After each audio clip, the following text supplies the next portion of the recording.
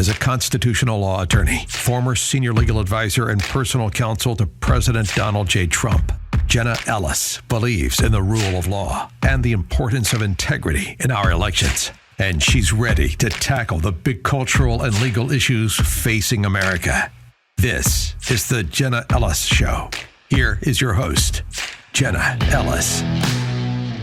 Hello, friends, and welcome to another episode of the Jenna Ellis Show. I'm Jenna Ellis, and I'm so excited today to welcome my good friend, Tulsi Gabbard, to the program. Now, she has been a very controversial figure among Democrats and Republicans. Why? Well, because she's an independent and she actually thinks for herself. So we will all never forget how she took down Kamala Harris on the debate stage heading into the 2020 election.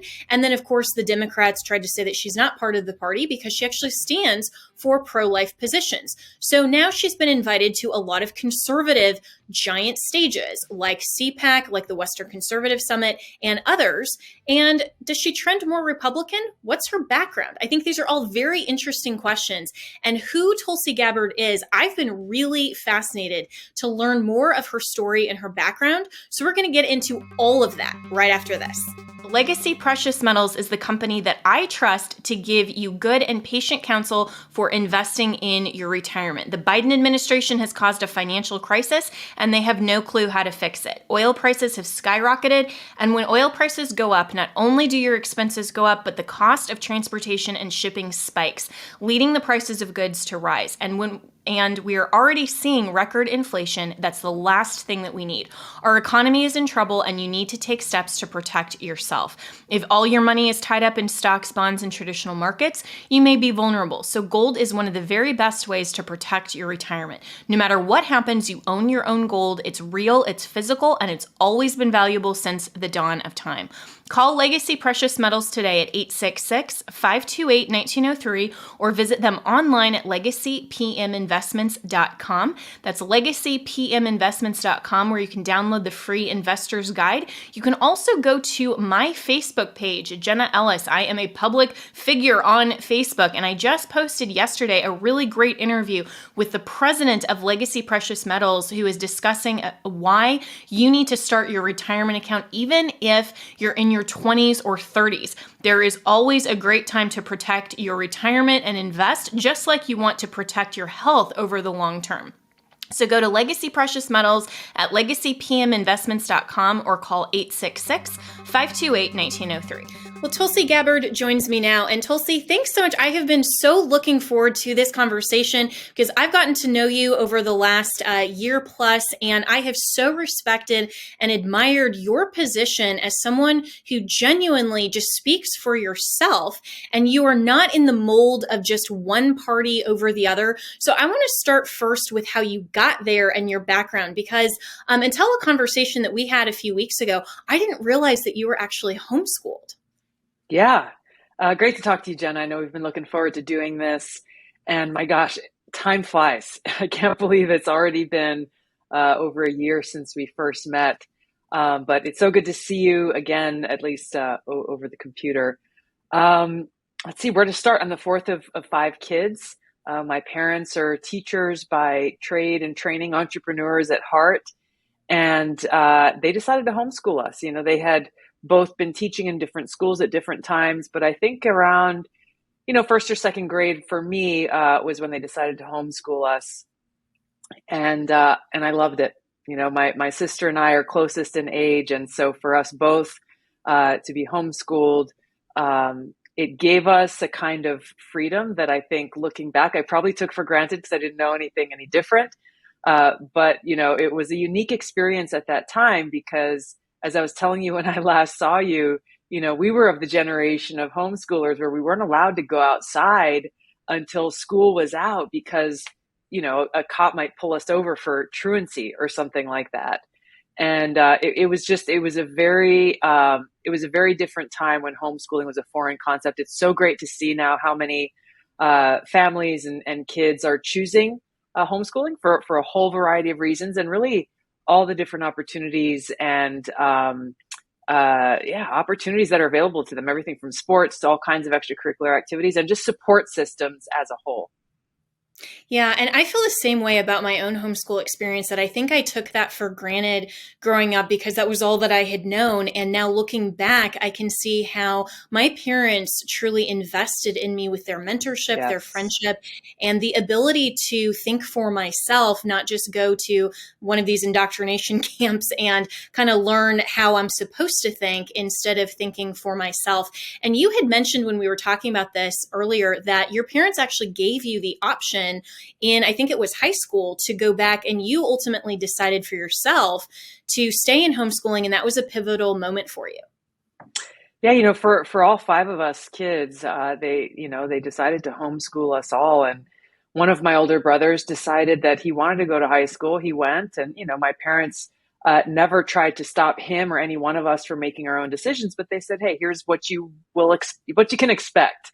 And he went to high school, and he didn't last that long because he absolutely hated it. And he ended up dropping out of high school and getting his GED. But I think it's one of the many things I'm really grateful to my parents for, and they're my dearest friends. Then and now is encouraging that independence of thought and critical thinking, and you know um, understanding, hey, look, there are consequences to every decision that you make. It's up to you to weigh the pros and the cons and what the short and long term effects or impacts of that decision will be. And so, one of the things that, as I don't know, I think I was probably a freshman still. Um, but one of the things that I felt I was missing out on was competitive sports. I'm a pretty athletic person. I grew up doing martial arts. Our family played tennis all the time. I was outside a lot of the time, and I wanted to go and play high school sports. And so I told him, hey, I think I might want to go to high school. And so we had a conversation about it. And they said, look, this is up to you and this is your decision. And ultimately, I decided not to. And I'm so glad that I did, because it was not the right choice for me. And, I think we were talking about this the last time I saw you, seeing what kids are subjected to today in schools. Not only, the stuff that's always been there, right? The peer pressure and the bullying and all of this and that, but the things kids are being subjected to by their teachers and those who are pushing their own agenda, whatever it may be, places a lot of stress and confusion and pressure on kids who really should be going to school to learn, to build a strong foundation of the basic educational skills, the old school reading, writing, arithmetic, science kind of thing, that unfortunately that stuff seems to be falling away. And these other issues, social issues, sexual issues, and all this other stuff seems to be taking a precedent. So, my parents decided to homeschool us as kids because even way back then, they saw the writing on the wall, and they were not willing as parents to say, okay, I'm just going to give my kids to some stranger to raise. Essentially, they understood their responsibility, their choice in having 5 kids, and took ownership of that. And I'm so grateful that they provided us with that opportunity and all of the freedom and freedom that went along with that for us. And I think a lot of parents listening can resonate with that, because so many parents are choosing homeschooling, and that whole school choice option has really accelerated over the last 20 years, but especially the last just few years in the midst of COVID, when children had to stay at home, and then parents spent more time with their kids, and they figured out, hey, we actually like this. We want to spend more time with our kids, and we want to invest in them and shield them from other very negative influences while they're so impressionable. And of course, Yes. as adults, we can confront different ideologies and debate things that children need to have guidance and discipleship and navigation while they're younger, to then learn how to analyze things, think for themselves, but ultimately start with a foundation of truth, and to Yes. learn these things not only from their parents specifically, but for parents who, as God recognizes and our government even recognizes, children are given to parents first and foremost for them to train up in the way that they should go. So I'm grateful to my parents for the exact same thing. And I know that my life and the course of my life would have been very, very different if my parents hadn't invested in me like that. And so As you then went from high school into college and then ultimately the military, how did that shape your perspective on policy? And then ultimately you got into politics, ran for Congress, and then jumped into the presidential race. There's a lot there. I hope we have enough time to get into this because I made a lot of unconventional choices as a young person. I guess you could say I still am today. And we love that about you. I thank you. I had, I'd applied to all these different colleges. I kind of broke through the misperceptions that teachers and counselors at our local public school had when I went. And I actually went and sat with the college counselor at our local high school, took the SATs, and I think she was expecting abysmal score. And at least my reading and writing score was, I think I only got one wrong in the test or whatever. And the counselor, her mind was blown. She's like, how is this possible? What are you doing? Tell me what you're doing because I want to have my kids do it. I'm just like, I read a lot and I love to write. I read at every opportunity that I had. But at that point, and I applied to colleges, I got into the schools that I wanted to go to, but the financial aid package fell through. And I personally refused. Again, this was back when going to Chapman University cost something like $25,000 a year. I think it's now 90 or something like that. But I was not willing to go into debt to get a degree. And I made a decision at that point. If I'm going to go to school, it's going to be to learn a very specific purpose or get a degree for a specific purpose. The societal pressures on getting that diploma, getting that piece of paper, even at 18, 19 years old, I found to be absolutely absurd. And I kind of protested it. My parents told all of us, hey, if you want to go to school, that's up to you. Awesome. If you don't, awesome. You guys figure it out. If you're going to go to school, you're going to have to figure out how to pay for it because we're not going to pay for it for you. If you have to pay for it, you've got to work for it, then you will value the education and skills that you learn by going through it. And so I kind of protested getting a bachelor's degree for a long time because I was like, look, if I don't need it for a specific purpose or a specific job, why am I going to go and get this piece of paper just to prove what to society? And that's what it has unfortunately become. We see all these people in debt, tens, 20, hundreds of thousands of dollars in debt, depending on what it is. And for what? So you can walk around and say, oh yeah, I have a degree. So what? What does that actually mean in your life? So my path towards higher education was somewhat unconventional. I started out at a local community college, place that I could afford, and started learning about TV and film production, communications. That was a field that I was interested in going into at that time. But then took a break from that when I had an opportunity, an opening to run for office. I was very passionate and am very passionate about conservation and protecting our environment. And I was 21 years old. I ran for and was elected to a state house seat in Hawaii's legislature, and didn't actually earn my bachelor's degree until several years later. I was working full time and ended up having to get a degree because there were certain things I wanted to do that required that piece of paper. So it's like, damn it, I got to go do it. And so I was deployed to Iraq in 2004 and 5. We had a small little education tent there. And whenever we had internet access, I was in there and taking classes or doing online tests to go towards that bachelor's degree. Did the same when I was working in Washington, D.C. for one of Hawaii's senators, Senator Akaka. He was the chair of the Veterans Affairs Committee, and I worked as his legislative aide for a couple of years between my two deployments. And it wasn't until my second deployment to the Middle East as a platoon leader that I finished my degree and got an email saying, congratulations, you are now a college graduate.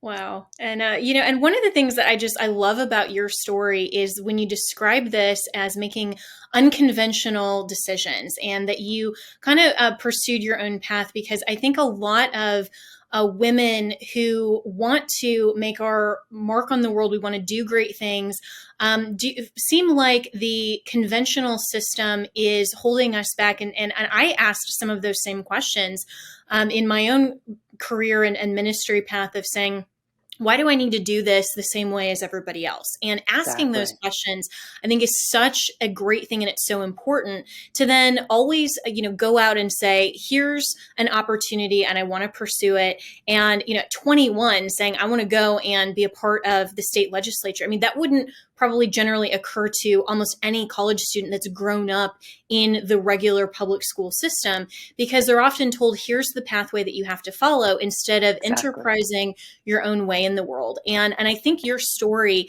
is so important, that you are so much more than just a label that a lot of people, because they know you from politics and especially from the presidential race in the last cycle.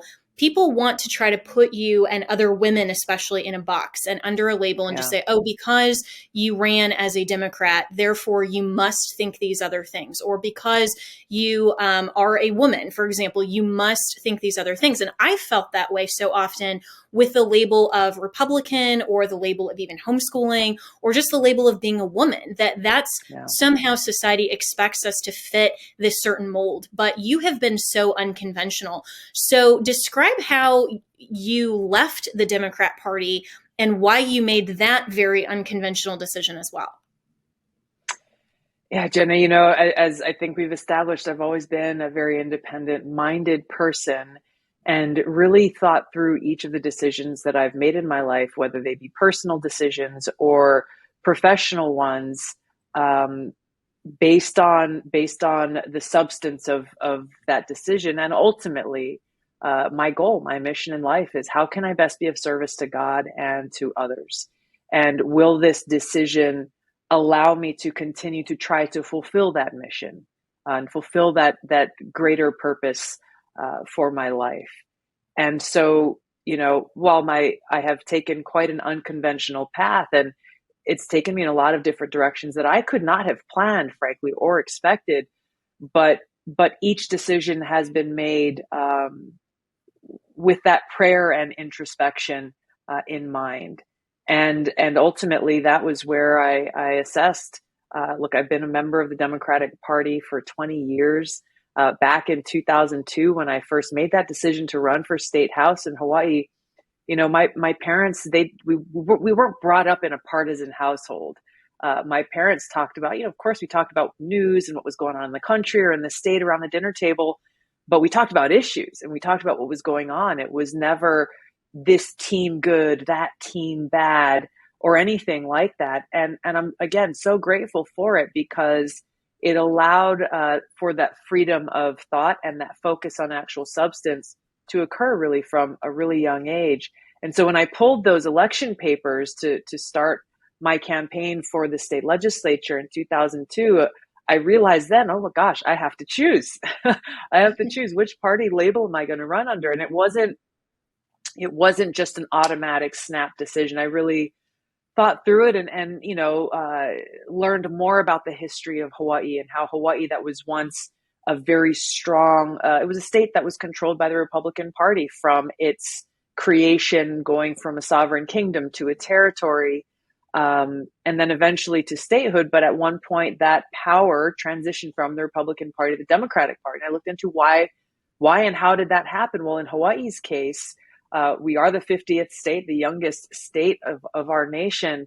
But that transition came about because the Republican Party in Hawaii was made up of very few, very wealthy landowners that essentially controlled the state because of the land that they owned. The vast majority of working people in the state were working on those plantations that they owned: pineapples, sugar cane, et cetera, et cetera. And unfortunately, these workers were treated like crap. There's no other way to say it. It was inhumane, the conditions that they were living and working under. And long story short, it wasn't until they came together and organized and said, hey, this is unacceptable. This was essentially glorified slavery, that shift came from the Republicans to the Democrats. And I saw the Democratic Party in Hawaii as the party of the people, the party for the little guy. And then I looked at people like Reverend Martin Luther King, people like President JFK, his brother Bobby Kennedy, and others who were voices for peace, who were voices for civil liberties and freedom and individual thought and choice. And of course, Reverend King saying, hey, don't judge each other by the color of our skin. Look at each other's character. and come together as a country, regardless of your background, your race or gender or religion or anything else. Those are the things that really drew me to the Democratic Party back in 2002. Fast forward to where we are today, and unfortunately where the Democratic Party has progressively been going, and that's the irony of using the word progressive, is it has been regressive. They have gone backwards. They've betrayed that dream that Reverend King outlined in his most famous speech, in intentionally judging us by the color of our skin, dividing us by the color of our skin, using identity politics to advance their own political agenda. The Democratic Party has become the warmongering party. You look at how many Democrats have had the courage to stand up and let's say not even oppose, but even challenge the president on the proxy war he's waging against Russia right now through Ukraine, and the over $100 billion of our money that he's already sent there. Not a single Democrat has stood up to oppose or even challenge that position. You look at the Republican Party. I have disagreed. There are warmongers in the Republican Party as well, but I think it's encouraging to see that in that party, there is room for dissent. There's a growing number, a small but growing number of elected Republicans in Congress who also have the courage to say, look, this is not in the best interest of our country. By continuing to wage and escalate this proxy war against Russia, you're putting our country and our people at risk by getting us closer to potential World War III, getting us closer to the potential of nuclear war that would destroy us all. I think one of the most fundamental problems with the Democratic Party today that really drove home my choice to leave was their opposition to freedom. How can you have a party that is in power, that is responsible for making laws and enforcing those laws, that don't believe in freedom of speech? They are hostile towards people of faith and spirituality. They don't believe in the Second Amendment, and they're actively trying to undermine these fundamental God-given rights and freedoms in the Constitution and Bill of Rights. And that is what is not only so offensive, but frankly so dangerous when we see the kind of weaponization of the federal government that this administration is doing, specifically to target political opponents, to target those who dare to challenge them or oppose them. Everyone from people like me to parents who were showing up and protesting at Board of Education meetings because of the explicit pornographic books that their young grade school age children are being exposed to. And that's so well said that that the Democrat Party now is against freedom. But as you also said, Tulsi, this isn't just a one party good, one party bad. There are a lot of things I think that you and I would both disagree with on both sides. And it does seem like we are becoming so polarized as a nation that there is a division just along red and blue lines. And if there is any dissent at all within the party, that if I'm carrying the banner for the Republican Party and I even question or challenge whether it's President Trump or it's Ron DeSantis or it's anybody else, then suddenly, you're labeled, well, you're just a traitor or you're a rhino, and some of these, and that's not party leadership, but it is people who see this as kind of an all or nothing. And so where do you think we need to be headed as a country? Can we have unity back to the era of Martin Luther King that said, we need to be judged on the content of our character. We need to come back to our founding and our roots of all people and all humans are made in the image of God, have inherent dignity and worth, and it's the sole purpose of government to preserve and protect our rights for all. I mean, is that era gone, or can we find some common ground moving forward? It can't be gone, Jenna, because we can't allow the heart and soul of this country to be lost, because that is the foundation of this country. That is the very core, the moral structure that our country was founded upon, that our founders envisioned for us. So it will only be lost and gone if we allow it to be.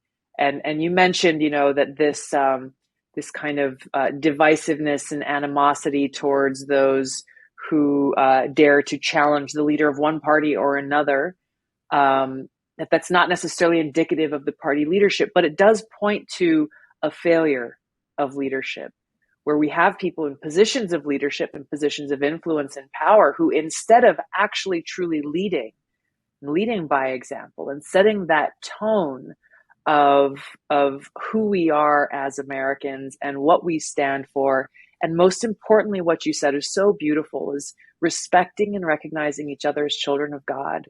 If we respect each other and recognize that that is who we really are, forget party labels and race and all this other stuff, that is our true identity. And if we fail to respect each other at that most beautiful spiritual level, then we're failing, period. Because if we recognize that truth, then that truth inspires the beautiful connection that we have with each other and with God. And that is the way forward, Jenna. That is the way forward. In Hawaii, we call this aloha. You've heard me talk about this before. You go to Hawaii or you hear someone from Hawaii, we say aloha all the time, and it doesn't mean hello or goodbye. Aloha really is, aloha means love and respect, not at a superficial level, but based on that spiritual connection that we have, that we are all children of God. And so when we look at, okay, well, how do we heal these divides? How do we bring the country together? Not so that we can walk in lockstep, not so that we never disagree, but so that we can stand on this common ground of this spiritual identity, as well as this American identity that we have, and have meaningful dialogue and discussion about how we can best solve the challenges we face, how we can best save our country, because our country our freedoms are under attack right now, not from some external enemy or foreign country, but from powerful people within.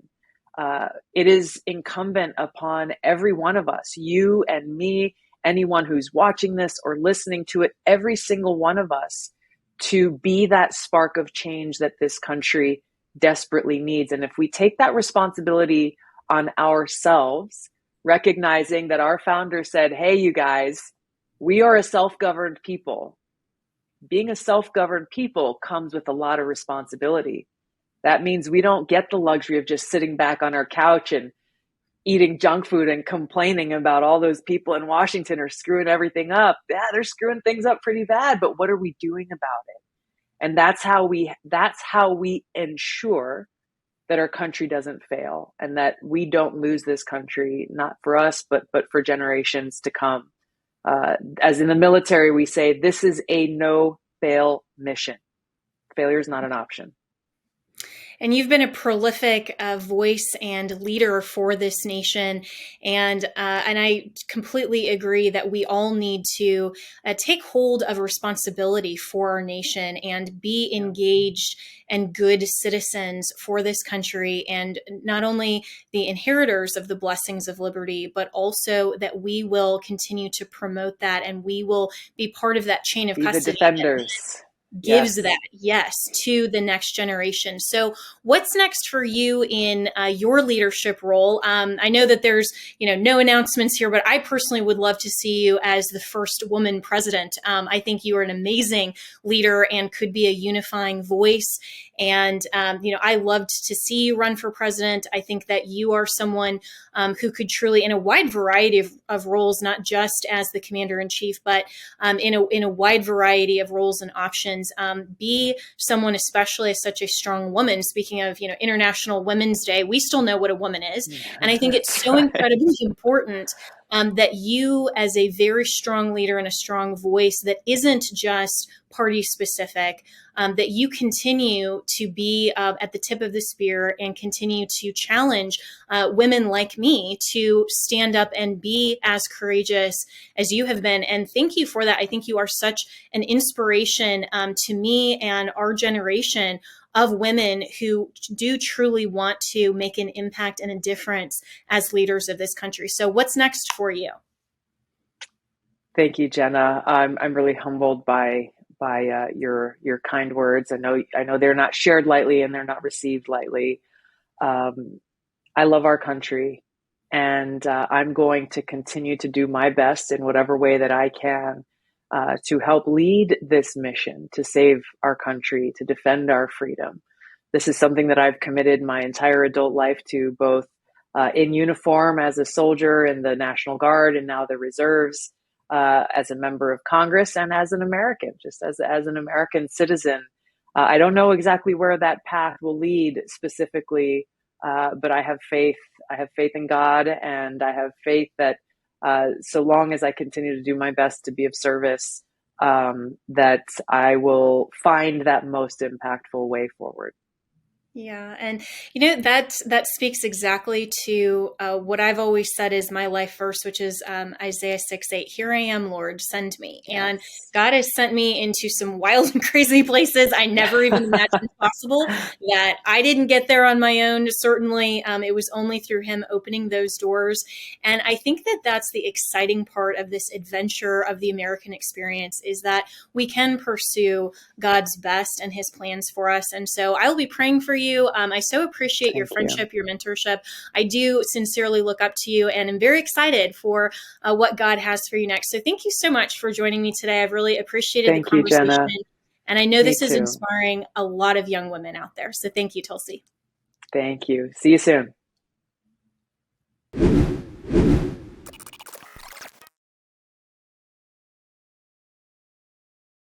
Galatians 6:10 says, "Therefore, as we have opportunity, let us do good to all people, especially to those who belong to the family of believers."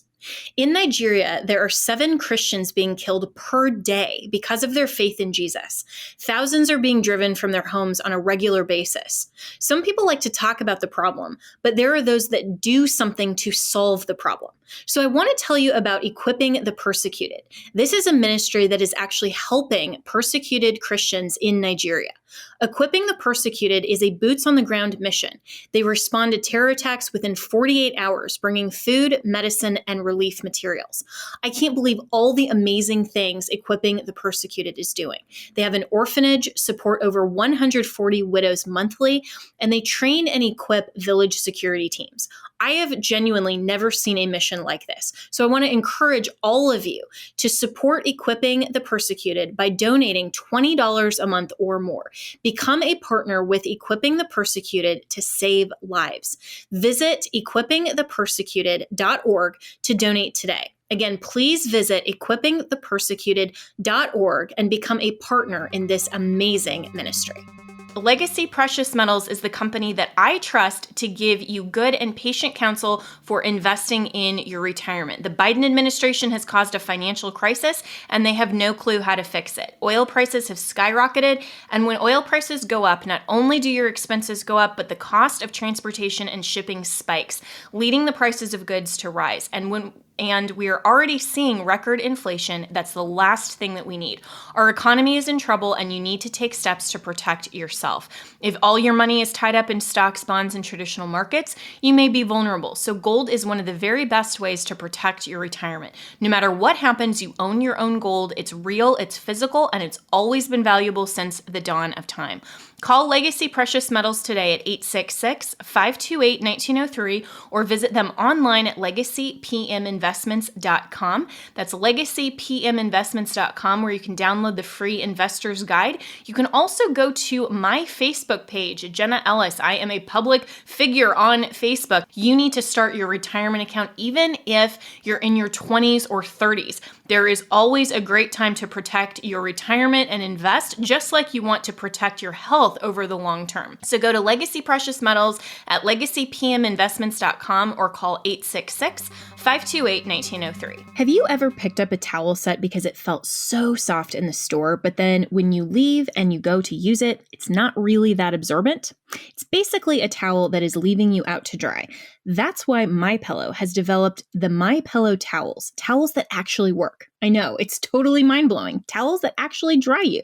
Their 6-piece towel set includes 2 bath towels, 2 hand towels, and 2 washcloths. They come in a variety of colors. I have the sage green and the white. I love them. And right now you can receive a 6-piece set for only $39.98 with promo code Jenna. That's JENNA. So go to mypillow.com right now and click on the radio listeners special. MyPillow products come with a 10-year warranty and have a 60-day money-back guarantee. So to receive this amazing offer on the 6-piece towel set of MyPillow towels, just go to mypillow.com, click on the radio listener special, and enter promo code Jenna, that's JENNA. or call 1-800-564-8475. That's mypillow.com, promo code Jenna.